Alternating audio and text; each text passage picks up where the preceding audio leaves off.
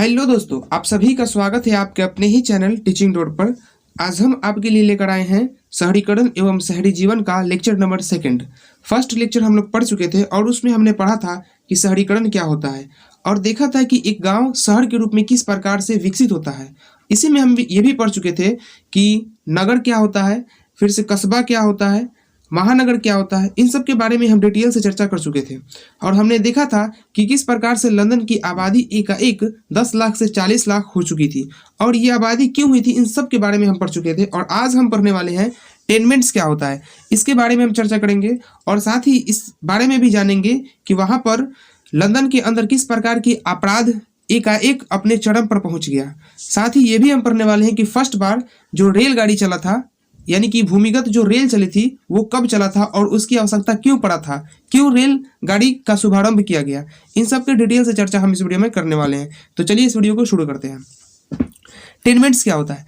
देखिए, जब लंदन जैसे शहरों के अंदर जब गांव से लोग शहर की तरफ निकल कर आया करते थे तो उन लोगों को रहने के लिए कुछ खास किस्म का व्यवस्था नहीं था। तो वो लोग जिस झोपड़पट्टी के अंदर रहते थे, यानी कि जिस झोपड़े के अंदर रहते थे, उसी झोपड़े का नाम टेनमेंट्स था। आप इस तरीके से समझ सकते हैं। बाकी आपके जो बुक में दिया है वो दिया है कुछ इस प्रकार का: काम चलाओ और अक्सर बेहिसाब भीड़ वाले अपार्टमेंट मकान। ऐसे मकान बड़े शहरों के गरीब इलाकों में अधिक पाए जाते थे। बहुत सारे शहरों में खैराती संस्था और स्थानीय शासन की ओर से जाड़ों में रैन बसेरे और अजनबी घरों की व्यवस्था की जाती थी। गरीब व्यक्ति भोजन, गर्माहट और आसरा की आशा में इन स्थानों पर बड़ी संख्या में एकत्रित होते थे। देखिए, जब लंदन शहर के अंदर गांव से निकल के जब शहर की तरफ लोग जाते थे, किस लिए जाते थे? काम करने के लिए जाते थे। तो जब लोग काम करने के लिए जाया करते थे तो लंदन जैसा शहर उनके लिए अजनबी होता था। वो नहीं जानते थे कि हमें कहाँ रहना है, कहाँ पर क्या करना है, कुछ उनको पता नहीं होता था। तो जब गर्मी के दिन होता था तो वहां पर वो लोग तो पता था कि कहीं पर भी रह के अपने जीवन को गुजार लेते थे, कहीं पर भी रह जाएंगे। लेकिन जब जाड़े के दिन आएगा तो वहां पर उस वक्त रहने के लिए उनकी प्रॉब्लम होता था। तो इसीलिए वो इस प्रकार का कुछ एक कमरा होता था जहां पर बहुत ज्यादा लोग रहते थे, बहुत ही अधिक संख्या में। इसी जो कमरा है, इसी कमरा को हम लोग टेनमेंट्स कहते हैं। इसी कमरा क्या कहते हैं? टेनमेंट्स कहते हैं। ये टेनमेंट्स एक तरीका था, खैराती संस्था था। आप इस तरीके से समझ सकते हैं कि एक अनाथ आश्रम के रूप में, जहां पर कोई भी लोग जाकर के रह सकता है। लेकिन इस टेनमेंट था, इसका व्यवस्था बहुत ही एक बेकार था। यहाँ पर बहुत सारे लोग रहते थे, बहुत ज्यादा भीड़ होते थे। इन लोग जो जहाँ पर रहते थे, इसमें एक ही रूम के अंदर कई सारे लोग रहते थे। कोई खास किस्म का न साफ सफाई का कोई व्यवस्था था, न इनके खाने का कोई इंतजाम था, किसी भी किस्म का कोई भी इंतजाम नहीं था। इसी जिस स्थान पर ये लोग रहते थे, इसी को हम लोग बोलते हैं टेनमेंट्स। लंदन अगर एक और मनुष्यों और धनी लोगों का शहर था तो दूसरी तरफ सत्य यह भी था कि ये अवसर केवल कुछ व्यक्तियों को ही प्राप्त थे, जो सामाजिक तथा आर्थिक विशेषाधिकार प्राप्त अल्पसंख्यक वर्ग थे, जो पूर्ण रूपेण उन्मुक्त तथा संतुष्ट जीवन जी सकते थे। क्योंकि अधिकतर व्यक्ति जो शहर में रहते थे बाध्यताओं में ही सीमित रहते थे तथा उन्हें सापेक्षिक स्वतंत्रता प्राप्त नहीं थी, अतः शहर का जीवन परस्पर विरोधी छवियों और अनुभवों को जन्म दे रहा था। अगर एक ओर संपन्नता थी तो दूसरी ओर गरीबी, एक तरफ बाह्य चमक दमक था तो दूसरी ओर धूल और अंधकार। देखिए, जब लंदन शहर के अंदर लोग आए तो लोगों के आने के बाद सब लोग जानता था कि लंदन जैसे शहर के अंदर जाएंगे तो बहुत सारा पैसा कमाएंगे, वहां पर एक बड़ा शहर है, बड़ी नाम था। लेकिन हकीकत वहां की बड़ी अजीबो गरीब थी, क्योंकि जब लोग वहां पर जाते थे तो वहां पर उस खास किस्म का उनको काम की व्यवस्था नहीं था। शहर तो था, नाम था, खूब शहर है, लेकिन गाँव के अंदर की स्थिति उतनी ही बेकार थी जितने लंदन के अंदर थी। मतलब लंदन शहर तो एक काफी बड़ा शहर है, लेकिन उस वक्त की बात हो रही है, ये बात तकरीबन 1870 ईस्वी की बात हो रही है। तो वहां पर उस समय काफी स्थिति उसकी खराब थी, क्योंकि लोग जो गांव से लोग जाते थे वहां पर तो रहने की कोई व्यवस्था नहीं है, ना कोई साफ सफाई की व्यवस्था है। तो इस प्रकार की वहां के जो लोग थे उनमें बहुत सारी विकृतियां भी पैदा हुई और फिर लोगों ने अपराध के लिए भी आगे बढ़ा। किस प्रकार से उन्होंने अपराध करना शुरू किया, आगे की स्लाइड में देखते हैं। देखिए, जैसे जैसे लंदन शहर का विकास हो रहा था वैसे ही कुछ नकारात्मक प्रवृत्तियों में भी वृद्धि हो रही थी। लंदन शहर का विकास हो रहा था, आराम से लोग जा रहे थे, खूब बढ़िया से काम कर रहे थे, लेकिन उनके रहने की व्यवस्था नहीं थी। तो जब लोग ज्यादा मात्रा में किसी जगह पर पलायन कर जाएंगे तो वहां पर फिर से वही स्थिति हो जाती है जो उसकी पहले स्थिति थी। यानी कि वहां पर औद्योगिकरण में तो लोग जाते थे, बड़ा प्रभाव सामाजिक नैतिक मूल्य में बदलाव आया था, लेकिन बात बड़ी वहां का एक अलग किस्म का बात था। वो बात ये था कि जब लोग वहां पर जाते थे तो उन्हें काम कुछ लोगों को मिला, कुछ लोगों को नहीं मिला। तो जिन लोगों को काम नहीं मिला वो लोग क्या करते थे कि अपराध करना शुरू कर देते थे। देखते थे कि यहाँ पे बहुत सारे लोग रह रहे हैं, इनके पास बहुत सारा पैसा है, तो वो लोग अपराध करना शुरू कर देते थे। इसलिए वहां की एक थे डेविस थॉम कहते हैं कि समाज में तो बहुत बड़ा बदलाव हुआ, लेकिन साथ ही 1870 ईस्वी के दशक में लंदन में कम से कम 20,000 अपराधी रहते थे। आप समझ सकते हैं कितनी मात्रा में लंदन के अंदर अपराधी हो चुके थे। क्यों हो चुके थे? जिसके पास पैसा नहीं रहेगा या फिर जिसके पास रोजगार नहीं रहेगा तो यही काम करेगा। बहुत सारे लोग गांव से निकल करके लंदन में जाते थे काम के लिए, लेकिन जिन लोगों को काम नहीं मिलता था वो लोग क्या करेंगे? वो लोग फिर इसी तरफ रुझान करेंगे, यानी कि अपराध की तरफ। हेनरी मेयो के अनुसार एक ऐसी सूची बनाई जहां लोग अपराध से ही अपने जीवन यापन चलाते थे। इसके अलावा 1861 की जनगणना ने घरेलू नौकरों की संख्या में अधिक वृद्धि होने की जानकारी प्रदान की, जिसमें महिलाओं की संख्या अधिक थी। बाल मजदूरों की संख्या में वृद्धि हुई। 1870 में अनिवार्य प्राथमिक शिक्षा कानून और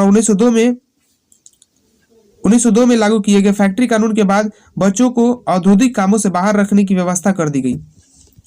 जब वहां पर एक जनगणना करवाया गया 1861 ईस्वी में, तो वहां पर पाया गया कि अपराध में तो लोग हैं ही, साथ ही साथ जो घरेलू नौकर हैं औरतों की संख्या में, वो भी काफी मात्रा में इसकी वृद्धि हो चुकी है।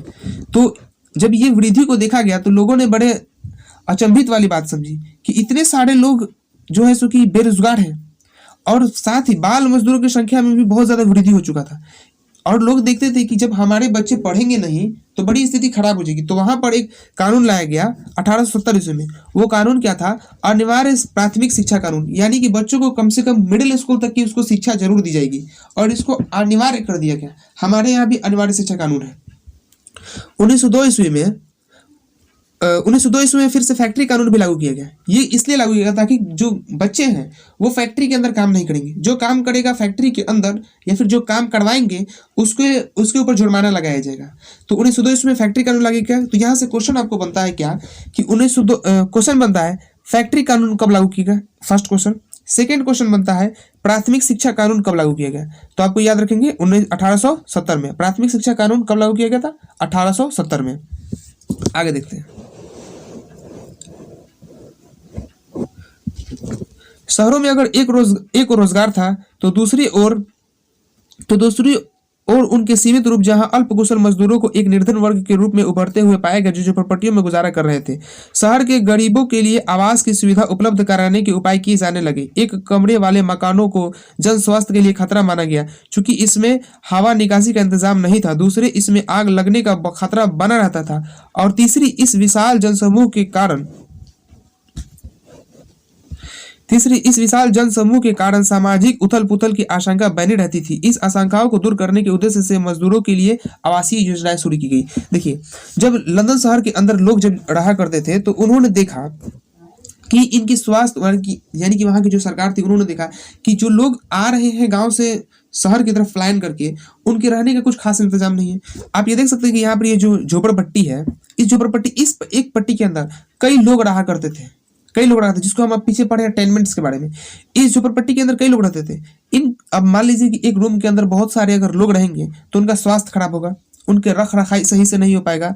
तो वही वहाँ की जो सरकार थी, तो उन्होंने इस बात का विचार किया कि क्यों ना हम इनके लिए कुछ योजनाएं तैयार की। तो फिर इन्होंने आगे चल करके कुछ योजनाएं भी बनाई, जिसके बारे में हम अब पढ़ने वाले हैं। अब वहाँ की सरकार जो थी, उन्होंने इस बात को ध्यान में रखा कि जो लोग हैं इनके लिए बहुत सारे स्वास्थ्य खराब हो रहा है, इनके कुछ इंतजाम करना पड़ेगा। तो फिर इसी क्रम के अंदर जो सरकार था, उन्होंने एक योजना बनाई, और योजना कुछ इस प्रकार थी कि उन्होंने कहा कि जो बस्तियां हैं, यानी कि जिस झोपड़पट्टी के अंदर ये लोग रह रहे हैं, उसको खाली कराओ, यानी कि आबादी को कम करो। इसी क्रम में लंदन में भीड़ वाली बस्तियों को कम किया गया। खुले स्थानों को हरा भरा बनाने, आबादी कम करने और शहरों को योजना अनुसार बसाने की कोशिश की गई। यानी कि एक फिक्स पैटर्न के अनुसार लोगों को बसाया जाए, सिस्टमेटिक ढंग से बचाया जाए, इसके लिए वहां की सरकार ने कुछ कदम उठाए। और इसी के अंदर उन्होंने गार्डन सिटी यानी बगीचों का शहर, किसने कहा? एवेजेंडर हावर्ड ने गार्डन सिटी का नाम दिया। जब कुछ खास किस्म से लोगों को बसाया गया तो जब खास किस्म से लोगों को बसाया गया तो इसको एवेजेंडर हावर्ड ने गार्डन सिटी का नाम दिया, जिसे बाग बगीचे, ये जो गार्डन था इसके अंदर बाग बगीचे लगे हुए थे। तो लेकिन इसको खरीदने के लिए किसी के पास बहुत ही कम पैसे होते थे, जिसे केवल जो कुछ काम करने वाले लोग हैं वही लोग खरीद सकते थे। सारे लोग इस जो सिटी था गार्डन सिटी, इसको सारे लोग नहीं खरीद सकते थे, केवल उन्हीं लोग खरीद सकते थे जिनके पास कुछ पैसा होगा। ये सबके लिए था, लेकिन बात था कि जिसके पास पैसा रहेगा वही ना खरीद पाएगा। फिर सरकार ने एक और योजना बनाई, और वो योजना कुछ इस प्रकार था कि 1919 ईस्वी में जब सेकेंड वर्ल्ड वॉर हुआ तो वहां पर फिर से देखा गया कि भाई हम तो जो योजना बनाए थे उस योजना में सारे लोग नहीं आ पाए, तो फिर से एक और योजना बनाया गया। उस योजना में 10 लाख से ज्यादा मकान बनाए गए। कितने मकान बनाए गए? 10 लाख मकान बनाए गए, जिसमें ये बात को खास करके ध्यान रखा गया कि जो मजदूर वर्ग है, मजदूर वर्ग, उनके लिए एक खास किस्म का मकान बनाया जाए, जो कि 10 लाख मकान था, जिसमें आसानी से लोग एफोर्ड कर सके, आसानी से लोग उसको खरीद सके या फिर ले सके। तो इसको ध्यान में रख करके इस मकान को बनाया गया, जिससे उनकी काफ़ी स्थिति सुधर गई। और जब स्थिति सुधरी तो वहाँ पर फिर अब शहर का विकास हो गया, यानी कि चारों तरफ से लोगों का बसेरा हो गया, सारे लोगों का एक अच्छे तरीके से रहन सहन हो गया। फिर जब एक स्थान से जब दूसरे स्थान तक जाना रहता था तो उसके लिए फिर परेशानी होना शुरू हो गया कि लोग एक स्थान से दूसरे स्थान तक जाए कैसे। तो इसी क्रम में फिर रेलगाड़ी की भी उद्घाटन हुआ था। तो रेलगाड़ी का जो उद्घाटन हुआ था वो कब हुआ था? वो हुआ था 10 जनवरी 1863 ईस्वी को, जो कि हम नेक्स्ट स्लाइड में आपको पढ़ाएंगे। ये जो यहाँ पर लिखा हुआ इस सारे को हमने समझा दिया, आप इसको चाहे तो पढ़ सकते हैं, हम पूरा आपको पेज दिखा देते हैं। ये देखिए, ये सारे मैंने वही बात आपको जो यहाँ पर लिखा हुआ है वो सारे बातों को हमने समझा दिया। आप चाहे तो इस सबको पढ़ सकते हैं कि किस प्रकार से परिवहन की आवश्यकता महसूस की गई लंदन के अंदर। तो देखिए आगे देखते हैं। तो इस प्रकार से जो दुनिया की सबसे पहली भूमिगत रेल के पहले खंड का उद्घाटन 10 जनवरी 1863 ईस्वी को किया गया। यह रेल लाइन लंदन की पैडिंग और कैरिंगटन स्ट्रीट के बीच स्थित थी। पहले दिन यात्रियों की संख्या में 10,000 थी। 1880 तक भूमिगत रेल नेटवर्क का विस्तार हो चुका था। इसमें सालाना 4 करोड़ यात्री यात्रा करते थे। आप समझ सकते हैं कि यानी कि लोगों के अंदर जब भूमिगत रेल चला था तो उस समय लोगों के अंदर बहुत ही ज़्यादा इस बात की उत्सुकता थी कि हम भी रेल यात्रा करें, और सरकार ने इसके लिए प्रेरणा भी किया। और इसका जो प्रचार प्रसार जो था वो बड़ी मात्रा में प्रेस कॉन्फ्रेंस के माध्यम से, फिर से प्रेस के माध्यम से और बहुत सारे माध्यमों से सरकार ने लोगों तक इस बात की जानकारी पहुंचाई कि आपके शहर में अब रेल की व्यवस्था हो सके, आप रेल यात्रा करें। तो बहुत ज़्यादा लोगों के अंदर उत्सुकता थी, और हर साल देख रहे हैं यहाँ पर लिखा भी है कि 4 करोड़ लोग यात्रा करते थे। तो यहाँ से क्वेश्चन आपका जो बनता है वो कहता है कि फर्स्ट जो रेल गाड़ी जो चला था, यानी कि पहले रेल खंड का उद्घाटन कब किया गया था? तो वो था 10 जनवरी 1863। अगर आपसे पहले क्वेश्चन पूछे कि दुनिया की सबसे पहली भूमिगत रेल कब चली, तो 10 जनवरी 1863 को चला था। कहाँ से कहाँ तक चला इसको भी याद रखना है। पैडिंगटन से लेकर के कैरिंगटन स्ट्रीट तक, पैडिंगटन से लेकर के कैरिंगटन स्ट्रीट तक। इसको याद रखने का तरीका क्या है कि पैदल चल के गए कहाँ तक? कैंटीन तक। पैदल हम चल के गए कहाँ तक? कैंटीन तक। तो पैदल से याद रखे पैडिंगटन, और कैंटीन से याद रखे कैरिंगटन। इस दो चीज को अगर आप 10-15 बार बोल देते हैं तो आराम से आपकी जुबान में बैठ जाएगी। हम पैदल चल के गए कहाँ पर? कैंटीन में। पैदल चल के गए कैंटीन के अंदर। तो इस बात को याद रखें, पैदल चल के गए कैंटीन के अंदर, यानी कि पैडिंगटन से चल के गए कैरिंगटन स्ट्रीट के पास। तो इस तरीके से आप याद रख सकते हैं। और 1880 ईस्वी तक जो संपूर्ण रूप से जो था वो विस्तार हो चुका था इसके नेटवर्क का। फिर 1848 ईस्वी में चार्ल्स डिकेंस ने 1848 में लिखा कि भूमिगत रेल के कारण मकान गिराए गए, सड़कें बंद हुई, लंदन के गरीबों की बड़ी संख्या में उजारा गया तथा इन अड़चनाओं के बावजूद भूमिगत रेल सफल हुई। देखिए, लोगों के अंदर बहुत उत्सुकता था कि हमारे शहर के अंदर जो रेल की व्यवस्था है वो हो जाए, ठीक। लेकिन रेल की व्यवस्था होने में बहुत सारी परेशानी आई। उस परेशानी में एक था कि जब रेल पटरियां बिछाई जा रही थी तो उस क्रम में बहुत सारे गरीब लोगों के घर आता था, तो उन सारे घरों को पहले उजाड़ दिया गया। कोई मरम्मत नहीं किया, सीधा उतार दे। लेकिन फिर भी लोगों ने विरोध, तो जाहिर है कि कहीं पर भी कुछ भी होता है तो विरोध तो लोग करता ही, तो वहां पर भी लोग विरोध किए, लेकिन उस विरोध को दबा दिया गया और वो सफल हो गया। रेल जो खोला गया, यहाँ की रेल जब चलाई गई तो वो सफल भी हो गया। और फिर आहिस्ता आहिस्ता लंदन से निकल करके न्यूयॉर्क, टोक्यो और शिकागो जैसे बड़े बड़े महानगर, बड़े बड़े शहरों के अंदर भी रेल की व्यवस्था की गई और वहां पर लोगों का आना जाना शुरू किया गया। और सरकार ने इसके लिए बहुत सारी प्रेस, मीडिया और कॉन्फ्रेंस का भी सहारा लिया। इस प्रकार की रेलवे स्टेशन का ये एक फिगर आपकी बुक में दिया है कि आप इसको देख सकते हैं।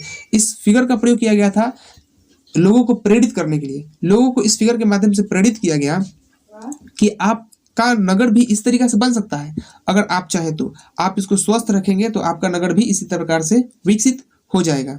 तो इन सभी बातों का चर्चा इस वीडियो में मैंने किया। नेक्स्ट वीडियो में हम इसके आगे का जो भी बात है उसके बारे में पढ़ेंगे। तब तक इस वीडियो को यहीं पे रखते हैं। आपके लिए क्वेश्चन जो इस वीडियो से बना है वो क्वेश्चन कुछ इस प्रकार से है, आप उसको देख लीजिए।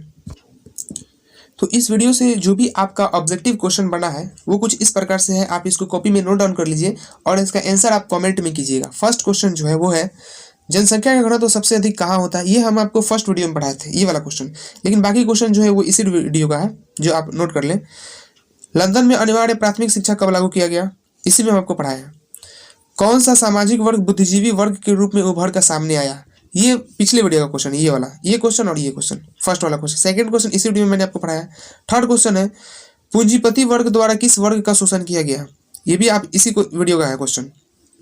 1810 से 1880 तक लंदन की आबादी 10 लाख से बढ़कर के कहाँ तक पहुंच गई थी, हम आपको इस वीडियो में बताए हैं, लेकिन इसकी चर्चा हम फर्स्ट वीडियो में भी किए थे और इस वीडियो में भी हम आपको, लेकिन इसका हम बताए हैं कि कहाँ तक पहुंच गया था। ध्यान से पढ़े होंगे तो आप जरूर दे पाएंगे। प्रथम भूमिगत रेल कब चली थी, ये भी क्वेश्चन अभी तो कुछ ही पहले डिस्कस हुआ है। और टेनमेंट्स क्या है, इसके बारे में मैंने आपको बहुत डिटेल से बताया है। आप इसका आंसर भी लिखेंगे कमेंट में, और इन सबका आंसर आप कमेंट में लिखेंगे और देखेंगे कितना आपका आंसर सही हुआ। तब तक आप इंतजार करिए, नेक्स्ट जो पार्ट होगा उसके अंदर हम पढ़ेंगे कि इन सभी रेल चलने से या फिर जो शहर का विकास हुआ, इससे नगर का विकास हुआ, इन सबसे समाज के ऊपर क्या प्रभाव पड़ा, इन सब की डिटेल से चर्चा करेंगे। तब तक आप इसको वीडियो को देखें और अच्छे तरीके से अपना नोट्स जरूर तैयार करें। मिलते हैं नेक्स्ट वीडियो में, तब तक अपना ध्यान